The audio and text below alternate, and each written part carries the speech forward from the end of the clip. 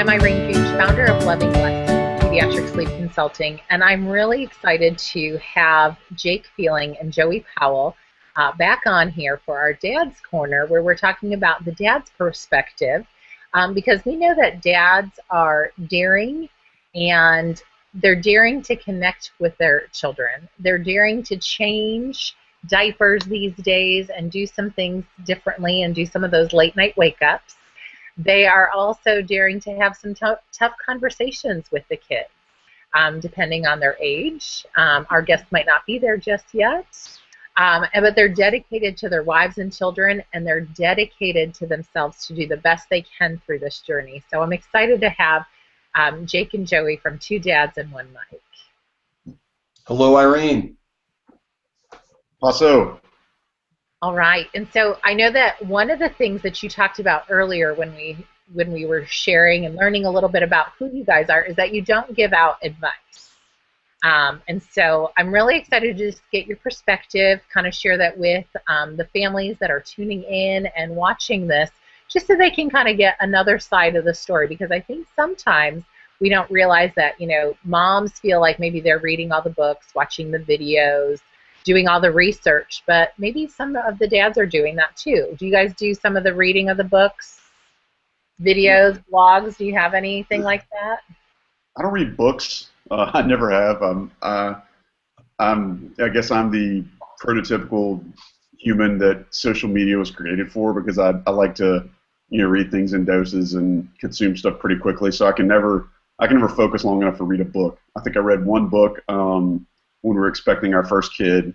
It was like it literally was like the caveman's guide to child rearing, and it took a funny spin on guys just being knuckle dragging, crotch scratching humans that just happen to procreate. Normally the stuff that I read is probably a bunch of the online stuff. That's kind of where I find most of my stuff at. What about you, Jake? Yeah, I read a lot of books, but again, the books I read were more, again, the lighter view. I think I read one that was maybe more serious. It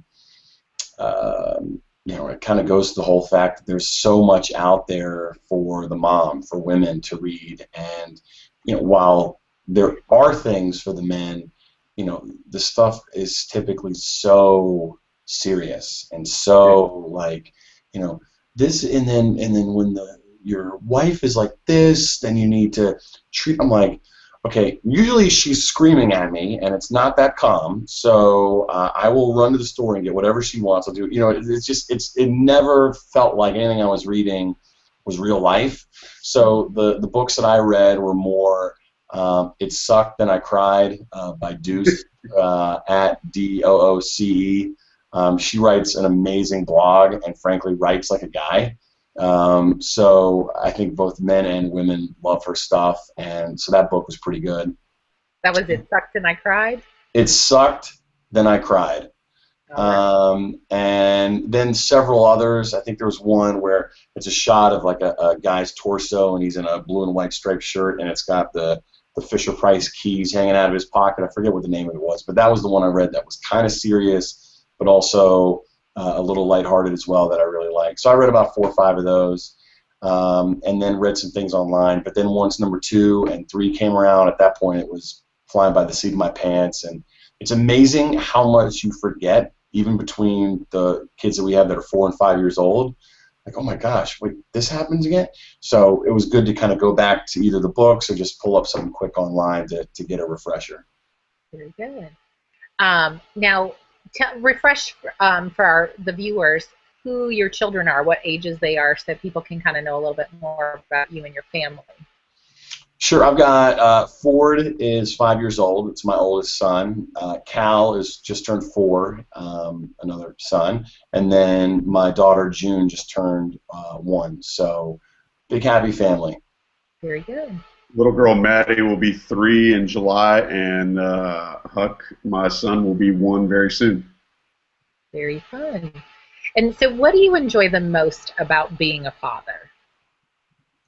Well, You have one thing? Yeah, it happens very often when I realize that I have no idea what I'm doing. I think that's the coolest thing is just how much you learn about what you don't know.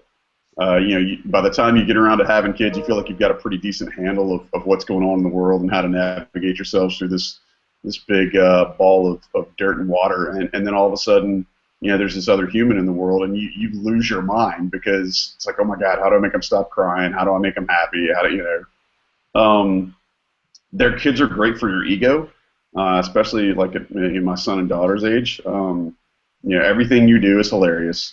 Everything you say is hilarious. The smallest little thing, anytime you pay them attention, they totally eat it up. So they're great for your ego. But I think that's probably the two things: is just learning just how much you don't know and learning something new from them every day. And then having them totally just love everything you say and do. Yeah, I agree with Joey. I mean, it's no one day is ever the same. I mean, I take that back. They always cry and complain every day, so that is the same. But this past weekend, my oldest son, so something was going on with Cal, the middle child. He was losing his mind.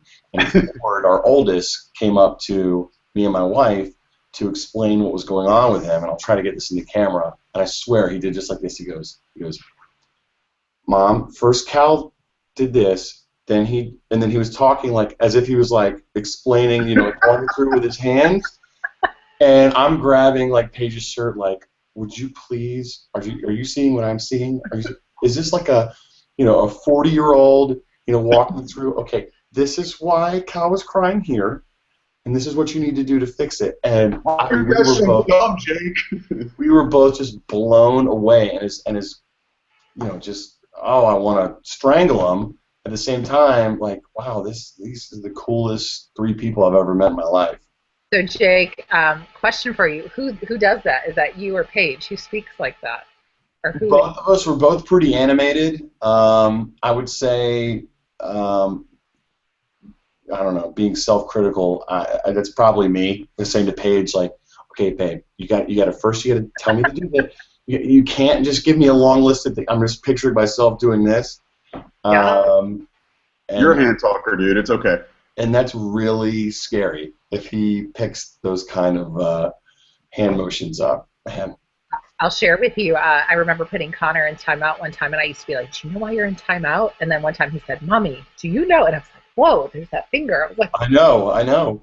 You're like freaking out. You get to the point where you've almost gotta like keep your hands by your side, keep your face straight, or else they're gonna like hold everything against you the next time around. They know. They pick up on those little things. It's amazing. Well, what changed, like, with your first child? Like, what do you feel like changed the most for you in your life with becoming a father?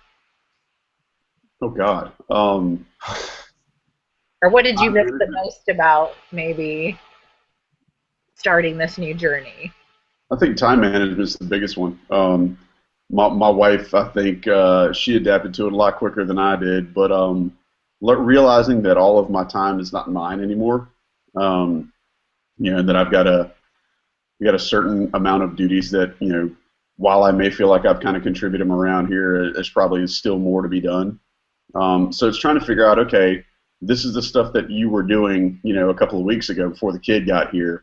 You really don't have time to do that now. You need to stop trying to make time to do that, and start trying to make some time to go wash a bottle, or making sure there's freaking food in the fridge or whatever.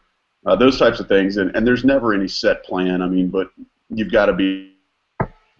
But I still find myself slipping back into, God, I really want to go do this. Some buddies of mine invited me to go see a football game at Notre Dame this year, and I'm like, I was proud of myself. I instantly responded to the email and said, no, there's no way in hell I can pull that off. And whereas to 2 years ago when my daughter was here, I may have tried, but now with two kids, it's just ain't gonna happen.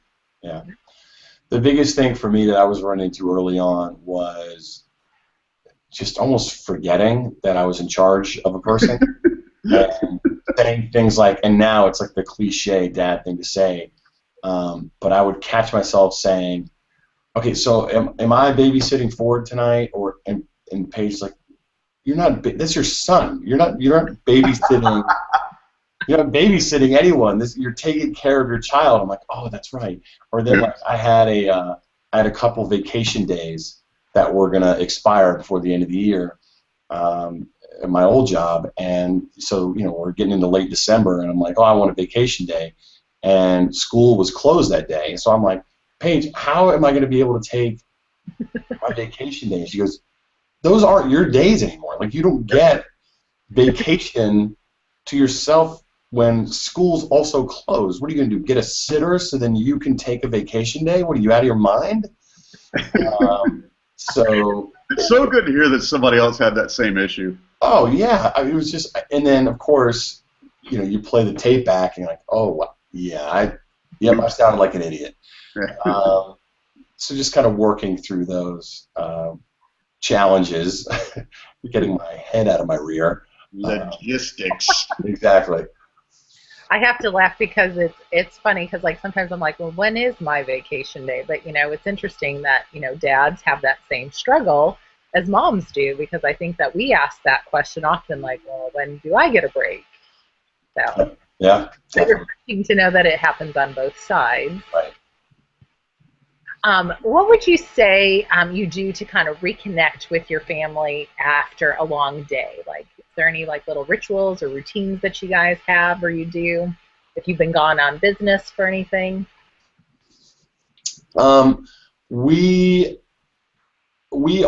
Paige and I complement each other very well in a lot of ways. She is a very good cook, but she and I do not prioritize buying food or cooking anything at all, and it's just every night it's a total grab, just like, okay, what do we got? So for us, it's really the driveway. We've got a basketball goal out there and a big tub of soccer balls, basketballs, all that, and we'll just throw a blanket down in the front lawn and hang out in the cul-de-sac, hang out in the driveway, and that tends to be where we end up every night, and especially, like you said, when I come home from a business trip or vice versa for Paige.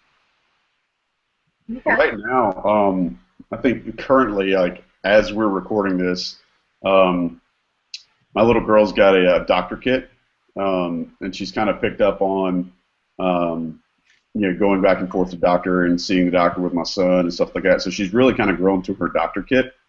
And so one of the big things she likes to do is, at the end of the day, in that last hour to half hour between bath time and when it's time to go down for bed, she'll always inevitably come up to us and go, Daddy, I need to doctor you.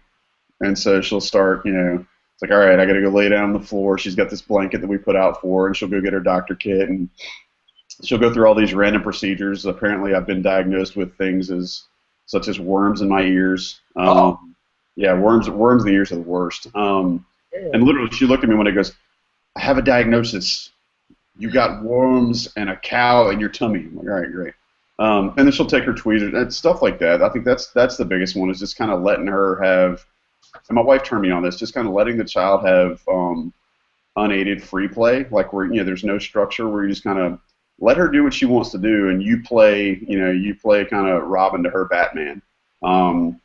If she wants to do something, just kind of let her explore and let her mind go off and do what she wants to do, and until she breaks out like a real live hacksaw or starts trying to amputate a leg or something, I'm just go along with it and see where she takes it. That's probably one that we do right now, because Becca will be feeding the baby, and it'll be about time for his bedtime, and then Maddie she'll break out the clinic and start doctoring you up with whatever maladies and ailments you've got. Very good. Now, do you guys ever experience, I know that women, sometimes we experience mommy guilt, where we feel like we're not doing enough, or, we feel bad about certain things. Do you ever have daddy guilt about anything? Does that include guilt laid on you by your partner? Does that count? No? Okay. That's a different kind. Okay. Different kind of guilt. We'll talk about that in our next episode. All right. Yeah, I get it some. I mean, there's always times where I'm lucky from a standpoint that I had a career change about the time that we got pregnant with my son, which allowed me a little more flexibility, allowed me to to be around the kids more often. So that's helped a lot. It's helped tremendously. I think that if you're a dad and you don't have daddy guilt, you're probably not connected enough to your kid. And I know that sounds incredibly judgmental, but I really believe that. I mean, I think you should feel some sort of guilt, or you just don't have a lot of self-awareness in general. I mean, mine is, I'll have something for work and expect that it's going to take an hour or two, and then like last night, ended up taking well past bedtime, and I missed.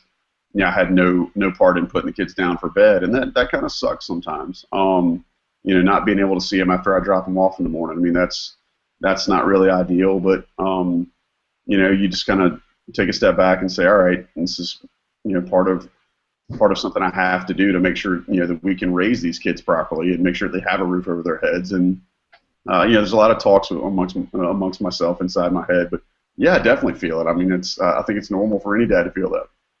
Okay. Yeah, I mean, I get a little bit every now and then, especially if I've been on the road for more than a couple days. My old job, I was out of the country with some events for weeks at a time, and I got serious guilt. But now that I'm around more with my new job, the thing that Paige and I try to do, though, some of our friends, I think Joey's made a couple comments that give us some crap about it, is, we like to go out to dinner and do things on the weekend. We're not afraid to get a sitter because that's important to our relationship and our marriage. Paige works a crazy schedule. We're basically on opposite sides of the day, so we don't see each other that much Monday through Friday. So it's important for us to take the time for us on the weekends. And every time now when we go out the door, Ford and Cal are crying and they're like, "Oh, we don't want you to go on a date." And we're like, "You don't understand. Going on that date helps us be better for you." So, if I'm gone for a long time, I get a little guilt, sure. But when I get that twingy guilt again when they're crying, I also remember that big picture. This time away from them is also critical. That's a really great point, Jake. I think that's that balance, that healthy relationship that you have. And I'm excited to have you back on where we're going to talk a little bit more about marriage. Because I think that's a key factor as to how things, work in our relationship and how that impacts our children. Great. Do you have, I know that you guys don't give advice, but if you had to maybe share some wisdom with anyone about parenting, what would you share with them? I mean, just to piggyback on what I just said, it's being on the same team. And that's what Paige and I try to do is, one, I think we're on the same page more often than not, but two, if we aren't, if whether one person's just having a bad day and you could tell and they discipline one of the kids, whether they yell louder or whatever it is, or their fuse is shorter, the other parent kind of looks at them and says, okay, calm down. I know you're having a tough day. But at the same time, being on the same page is critical. And then also, like I said, is just having that time with you and your partner, with your spouse, so that the full package of you as a parent, how you are with those kids, at least for us, it makes me a better dad. Great, thank you. I'd say never get totally anchored to one style or one plan, because the kids are going to change that on you. Don't get totally married to one style of parenting or one method of parenting or one, this is what we're going to do. If you put yourself in a box that's really rigid and you expect the kids to acquiesce, you're probably setting yourself up for some failure, and you're going to have some unrealistic expectations. I think the biggest thing is just be able to adapt, be able to kind of learn on the fly, because I think that, again, it's the kids have, they're their own humans. They've got their own brains, and they're not as developed as ours. I mean, they have their own will, and they're going to change some things on you. Never mind the rest of the world. So be willing to adapt and be willing to kind of call the plays on the fly. Make an audible if you have to, but be willing to adapt and change things. I think you'll find yourself being a little happier. It'll also make things a little easier when the inevitable crisis does happen. Well, I think that is some very sound advice from Jake and Joey here, from Two Dads and One Mike. I love what you share about that united front and being adaptable and rolling with the punches, because, I think every season in parenting is going to look a little bit different as we go through that journey and kind of where we are in that season. So I look forward to connecting with you again to talk a little bit more about the marriage piece. Great. And Awesome. kind of talking about what that looks like in our parenting journey. So thank you so much, guys, for being here with me today. Thanks a lot, Irene. Appreciate it. Thanks for having us. You're welcome. Take care.